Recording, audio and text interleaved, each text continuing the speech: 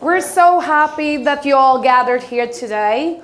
The Swedish Film Institute's Gender Equality Report from the year 2020 clearly states that diversity and representation is still an untapped potential in Swedish film.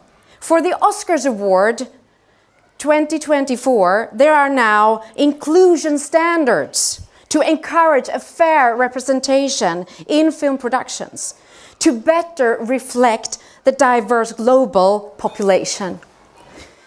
So, the TV and film industry is moving towards to be more diverse and contemporary. We who sit up here and stand up here right now work with this every day. We work with different approaches, with different phases of the production.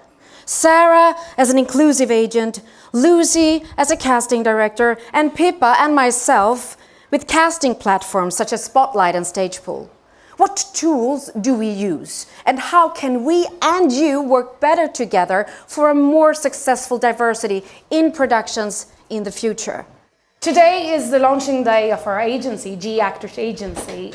So when we started out, we didn't know the need of the industry was this big. So what happened was basically, I started creating the platform, and then a lot of casting directors started reaching out, a lot of my actors, job offers straight off. So I just started working even before the website launched. They have, and in Iranian culture, they have 1,001 nights. You have to tell a different story. And I think it's our time now to tell a different story every night instead of the same story. They're universal stories. So I think we need to make sure that the people that are in the positions of power and make those decisions are actually looking globally. More and more, the casting directors were saying, we want to see different people. We don't just want to see 20 to 30s who've done 5 years of drama training. We actually want to see a more diverse range of people.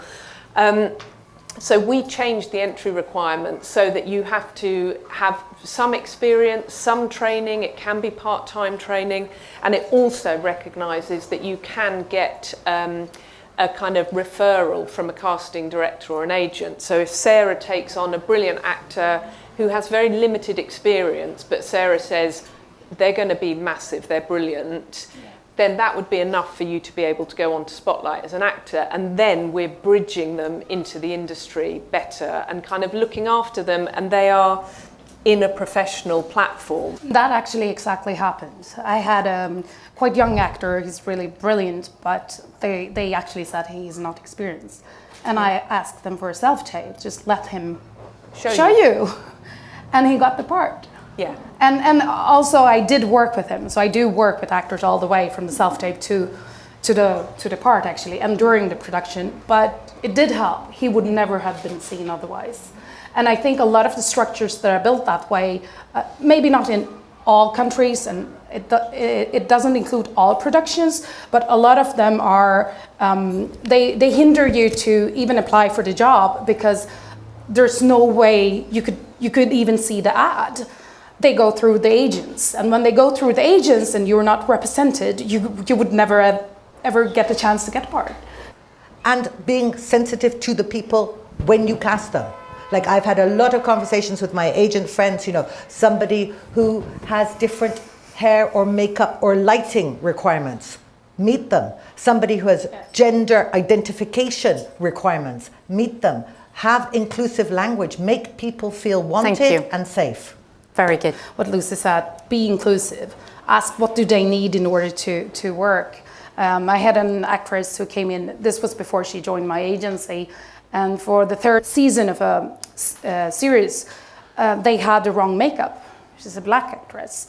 Or, there's so many situations I could talk about. Just ask the actor or the talent and the agency what they need in order to do a good job. Suggesting a client from a diverse background, or Luci, when you are trying to cast a role diversely, what are the things that stop that happening? What are the blockers? Where in the process is that being stopped, or are you not allowed to do that? I go actually outside of the ethnicity. I'm talking to them about the actor and the acting, and I try to let them be seen, which they never have if they go by the breakdown. Okay, so you will submit them even I if will a role ask, doesn't I will try specify. to tell them why this actor is talented, why they should be seen, and why they would do a good job.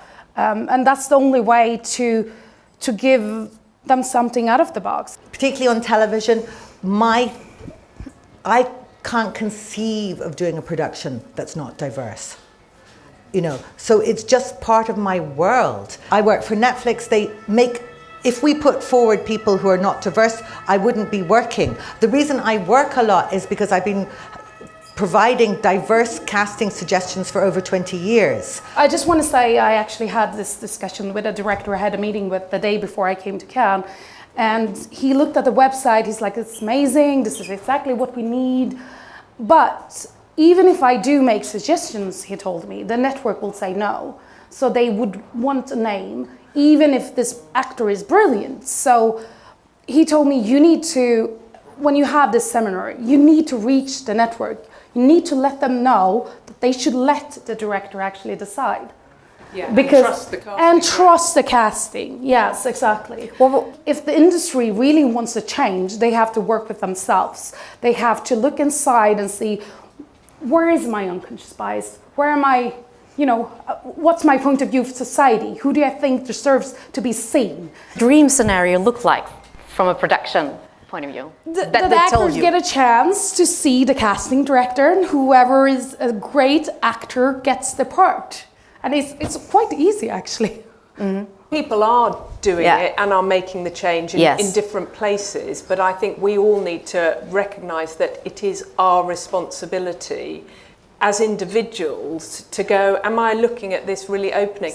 And am I looking at it thinking, I'm just thinking about people that look like me? And actually you realise that that's everybody's default, and that you need to actually think the opposite for a bit. And you go, I have a voice, I need to use that to give others a voice, so that... Exactly. With great power comes great responsibility. Absolutely. Oh. Question, are we aware of how powerful the global majority is? Sarah, the last words are yours. Just believe you can be part of the change and take the next step forward.